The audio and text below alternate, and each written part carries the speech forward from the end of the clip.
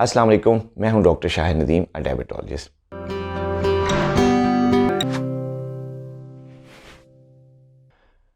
رمضان میں جو type 2 diabetes کے پیشنٹس ہیں ان کو ہم 3 کیٹیگریز میں رکھتے ہیں تاکہ پتہ چل سکے کہ کون روزہ رکھ سکتا ہے، کون نہیں رکھ سکتا۔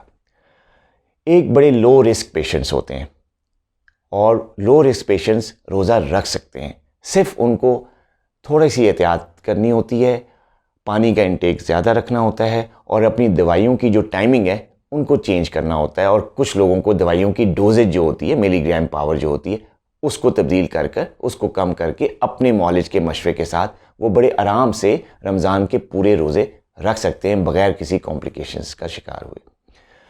نمبر 2 جو ہیں کچھ ماڈریٹ رسک پیشنٹس ہوتے ہیں، وہ روزہ رکھ بھی سکتے ہیں اور روزہ نہیں بھی رکھ سکتے، صرف ان کو احتیاط لو رسک پیشنٹ سے ذرا زیادہ کرنی ہوتی ہے۔ ان کو اپنے معالج کے ساتھ رابطے میں رہنا ہوتا ہے دوران رمضان، اور کسی بھی قسم کی کمپلیکیشن کی علامت آنے سے پہلے ان کو اپنے معالج سے رابطہ کرنا ہوتا ہے اور پھر اس کے مطابق روزہ افطار کرنا ہوتا ہے یا توڑنا ہوتا ہے۔ کچھ ایسے پیشنٹس ہوتے ہیں جن کو ہم ہائی رسک پیشنٹ کہتے ہیں، وہ روزہ نہیں رکھ سکتے۔